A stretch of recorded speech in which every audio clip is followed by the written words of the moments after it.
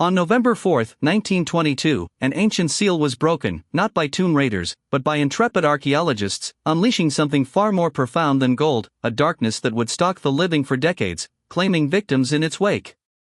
This was the moment the world first gazed upon the unimaginable riches of Tutankhamun, the boy king, and the instant a legend, cold and menacing, began to seep into the modern age. For generations, the sun-baked expanse of Egypt's Valley of the Kings had yielded whispers of a lost pharaoh, a ruler whose reign was fleeting, whose memory was almost erased, yet whose final resting place remained stubbornly, tantalizingly hidden. Countless expeditions had scoured this sacred ground, unearthing a veritable trove of mummies, gilded artifacts, and royal caches. So many secrets had been given up by the vast, silent landscape that the hope of discovering a completely undisturbed royal burial chamber had all but vanished. The consensus among many seasoned Egyptologists was grim. There was nothing left of significance to find, certainly no intact tomb of a pharaoh. But one man, fueled by an almost pathological conviction, refused to surrender to such fatalism. His name was Howard Carter. Carter was a British archaeologist of uncommon tenacity and singular vision, a man whose life seemed predestined for the dust and mystery of ancient Egypt. He had spent nearly 2 decades toiling under the harsh, unyielding glare of the desert sun, his skin leathered, his spirit hardened by years of relentless effort and often, bitter disappointment. His monumental quest was sustained by a crucial lifeline, the financial backing of a wealthy English aristocrat, George Herbert, the 5th Earl of Carnarvon. Carnarvon, an amateur Egyptologist with an aristocratic flair for adventure and a deep passion for ancient history, had invested colossal sums into Carter's seemingly endless search. Their partnership was an intricate dance of aristocratic patronage and academic rigor, bound by a shared, audacious dream, to unearth the final resting place of a pharaoh, specifically Tutankhamun, a king whose name appeared only as a faint echo in the historical record, yet whose existence Carter was absolutely certain of. Years bled into one another, each marked by painstaking archaeology excavation, the constant battle against shifting sands, and the occasional minor discovery that only sharpened Carter's unshakable resolve. The air in the valley was thick with the scent of ages, the heat relentless, a profound silence broken only by the rhythmic scrape of tools and the low murmuring of the Egyptian workers. By the autumn of 1922, however, even Lord Carnarvon's seemingly bottomless patience, and his considerably depleted funds, were wearing dangerously thin. He issued an ultimatum, blunt and unequivocal: one more season. This was to be Carter's last chance, the final roll of the dice to prove that his unwavering belief was more than just a magnificent pipe dream. The pressure was immense, a heavy shroud hanging over the final days of his quest. And then, on that fateful November morning, precisely where Carter had inexplicably felt a premonition, a flicker of intuition guiding his hand, a discovery was made beneath the workmen's huts. Not treasure, not gold, but a stone step. Then another, roughly hewn, disappearing into the earth. And another. A staircase, descending into the profound silence of the bedrock, leading not to an empty pit, but to a sealed doorway. The ancient clay bore the unmistakable cartouches of Tutankhamun, their hieroglyphs silent guardians for millennia. The world, though not yet aware, stood on the precipice of an astonishing revelation, a moment that would redefine history. Carter, his hands trembling with a mixture of overwhelming excitement and profound awe, dispatched a telegraph to Carnarvon, the words clipped but bursting with contained triumph: "Have made wonderful discovery in valley, a magnificent tomb with seals intact, recovered same for your arrival, felicitations." Carnarvon, recuperating from an illness in England, wasted no time. He immediately set sail for Egypt, the anticipation building with every nautical mile that brought him closer to the land of pharaohs, closer to the culmination of a decade-long gamble. The world held its breath, unaware of the profound implications already stirring beneath the ancient sands. On November 26, 1922, with Lord Carnarvon, his daughter Lady Evelyn Herbert, and a select few close colleagues present, Carter carefully made a small breach in the upper left-hand corner of the sealed doorway. It was a moment laden with untold significance. The air, trapped for over 3 millennia, rushed out, carrying with it the scent of ancient dust, of decay, and something else, something indefinable, an ethereal perfume from a forgotten world. Carter peered through the opening, holding a flickering candle aloft, its tiny flame a fragile beacon against the encroaching darkness. His heart hammered against his ribs, a drumbeat echoing the immense weight of the centuries. The suspense in that cramped passageway was thick, a tangible thing, a breath held across countless generations. Carnarvon, unable to contain his curiosity, his voice a strained whisper, famously asked, "Can you see anything?" Carter, after a moment of profound, almost religious silence, his voice hushed with wonder, replied, "Yes, wonderful things." And indeed, they were. The antechamber, the very first room revealed by the candle's hesitant light, was a veritable treasure chest, a chaotic yet meticulously arranged explosion of ancient wealth. Gilded beds, dismantled chariots, alabaster vessels glowing with an inner luminescence, effigies of gods and kings, all gleaming softly through the haze of ancient dust. It was a testament to a king's journey into the afterlife, a dazzling glimpse into a sacred cosmology. The sheer volume of artifacts, the breathtaking artistry, and the exquisite craftsmanship were utterly overwhelming. The very air seemed to hum with the weight of history, untouched, undisturbed for so long that its silence felt deafening.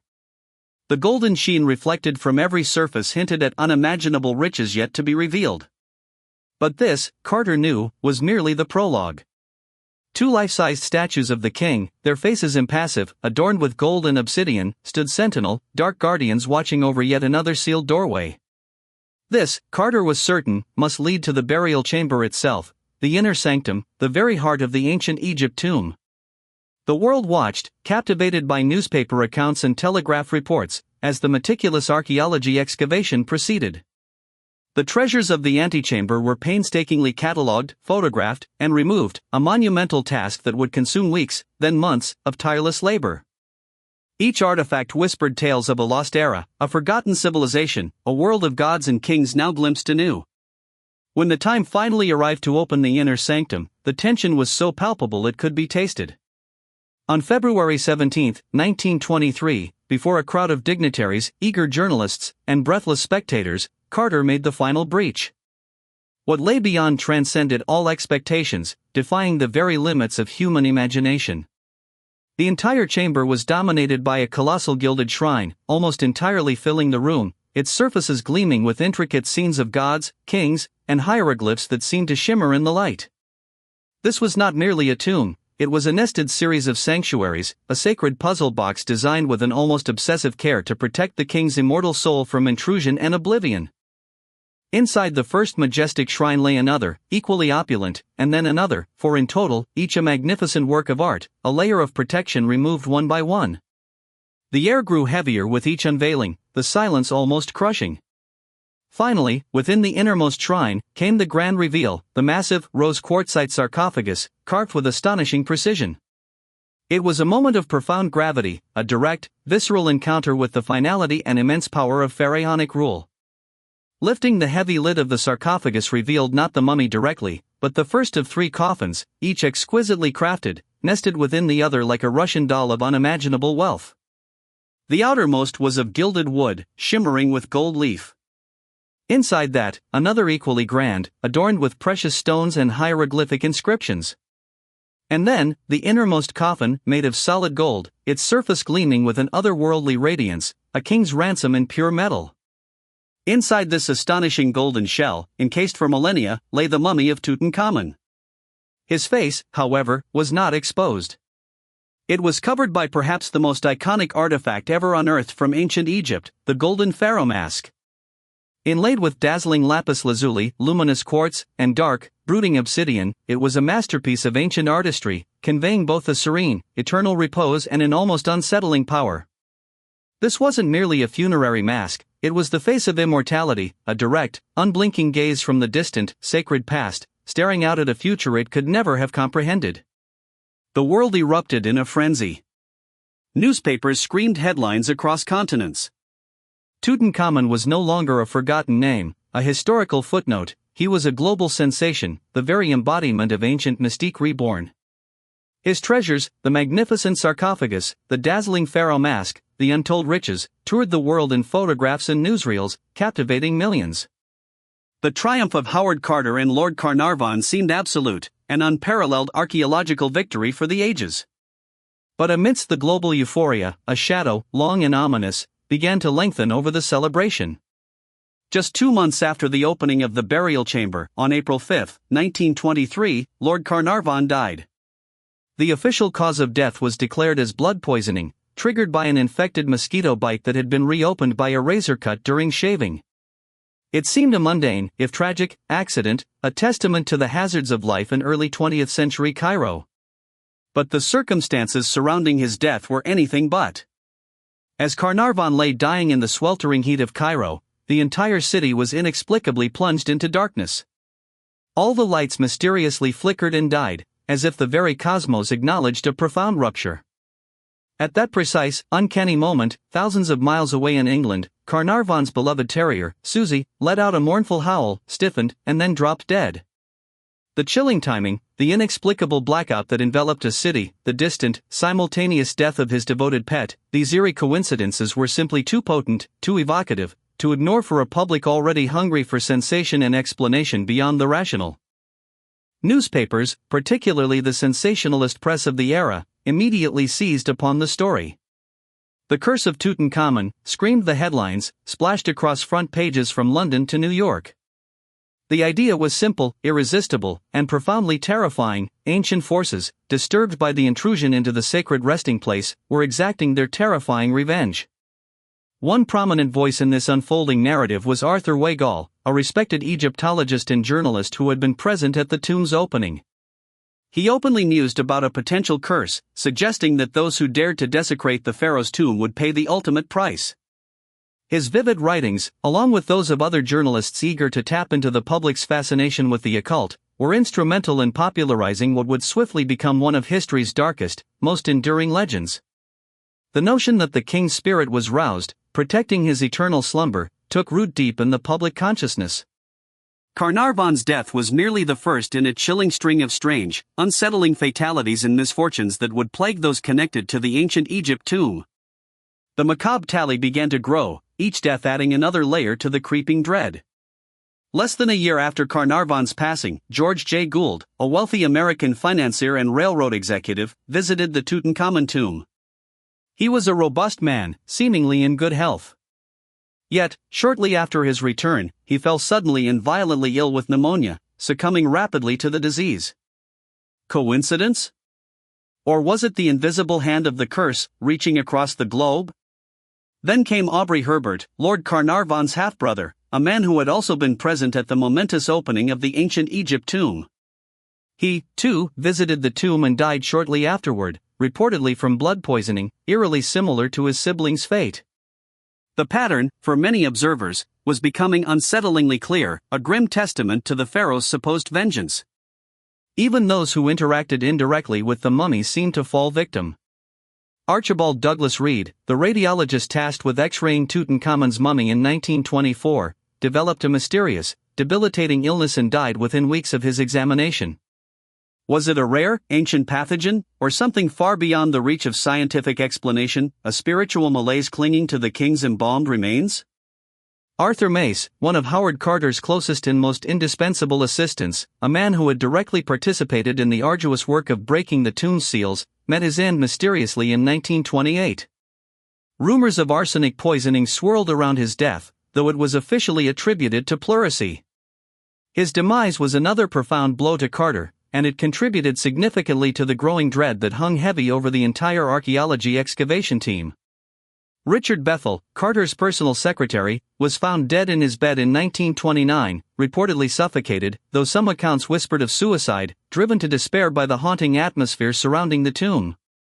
Only weeks later, his father, Lord Westbury, distraught beyond measure by his son's sudden death, tragically threw himself from a 7th-story window in London. And, as if to deepen the sinister mystery, Lord Westbury's coffin was reportedly involved in a strange, inexplicable traffic accident on its solemn journey to the cemetery. A tragic sequence of events, or a malevolent force at play, orchestrating a cascade of misfortune? Other names emerged from the lengthening shadows of the curse. Evelyn White, one of the first Western visitors to the ancient Egypt tomb, committed suicide after expressing profound fears of the curse's lingering power. Joel Wool, another early visitor, succumbed to a sudden, inexplicable fever that baffled doctors. The official explanations varied wildly: pneumonia, heart failure, blood poisoning, strange fevers, but the relentless, almost methodical procession of deaths, always linked back to the Tutankhamun tomb, created a chilling, undeniable narrative for those who believed. The psychological impact on those involved was immense, a heavy toll on their minds and spirits. Howard Carter himself, though he lived to a relatively ripe old age, became increasingly isolated, withdrawn, and utterly consumed by his monumental task. He often spoke of being haunted by the king's spirit, of seeing the luminous eyes of the pharaoh mask staring at him from the shadows of his study, its gaze piercing the veil of time. He dedicated the remainder of his life to meticulously cataloging the vast trove of artifacts, a task that became his singular, consuming focus, almost a penance. Did he truly escape the curse, or was his life, forever bound to the tomb, a different, more subtle kind of imprisonment, a psychological haunting from which he could never truly escape? For those who believed, the curse was undeniable, a palpable force emanating from the disturbed rest of the pharaoh. It wasn't just the sequence of deaths, but the strange illnesses, the inexplicable blackouts, the uncanny coincidences that seemed to defy any rational explanation. Was it airborne fungi, ancient bacteria, or toxic gases trapped for millennia within the sealed chamber, released into the breathable air by the tomb's opening? Scientists later theorized about dangerous pathogens like Aspergillus niger, Staphylococcus, and Pseudomonas, microorganisms known to cause severe respiratory infections and systemic illness. Some theories proposed naturally occurring poisonous gases like radon or even hydrogen cyanide, present in certain geological formations, or formaldehyde from ancient embalming materials. Valley fever, a fungal infection caused by coccidioids fungi prevalent in desert soils, was also put forward as a potential culprit. But these scientific explanations, while plausible and grounded in empirical fact, rarely satisfied the public's insatiable thirst for the sensational, the supernatural. How could science explain the simultaneous, agonizing death of a dog thousands of miles away? How could it possibly account for a citywide blackout that coincided with a man's last breath? The human mind, confronted with such profound, unsettling mysteries, often instinctively seeks explanations beyond the purely empirical, yearning for the touch of the divine, or the demonic. The story of Tutankhamun's curse is, in many ways, a profound narrative of human fear and enduring fascination with the unknown. It stands as a testament to the immense power of suggestion, the media's unparalleled ability to shape public perception, and humanity's deep, almost primal need for stories that transcend the mundane, that speak to ancient, lurking terrors. Yet, for all the skepticism, for all the rationalizations offered by scientific inquiry, the chilling string of deaths and misfortunes remains, an unsettling anomaly in the annals of history. It is crucial to remember that many involved in the initial archaeology excavation did indeed live long, healthy lives. But the prominent figures, the wealthy patrons, the first to truly disturb the king's slumber, their fates were often sealed in tragedy, forever woven into the fabric of the curse.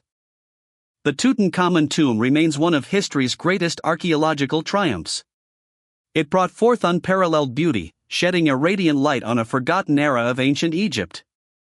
The golden sarcophagus, the dazzling pharaoh mask, and the myriad treasures unearthed continue to inspire awe and wonder in millions across the globe. But beneath the glittering surface of gold and alabaster, there lies a lingering chill, a question that refuses to be silenced. Was it merely a curse? A malevolent, ancient force guarding the sacred sleep of a long-dead king? Or merely a series of tragic coincidences, amplified and mythologized by a world eager for mystery and the thrill of the supernatural? We may never know for certain. But the legend endures, a dark whisper from the sands of time, a haunting reminder that some ancient secrets are perhaps, truly, best left undisturbed. What ancient force, unseen and unknown, could still guard the slumber of a king? And what other forgotten tombs, beneath the earth, hold their own silent, terrifying secrets, waiting to be unearthed by those daring, or perhaps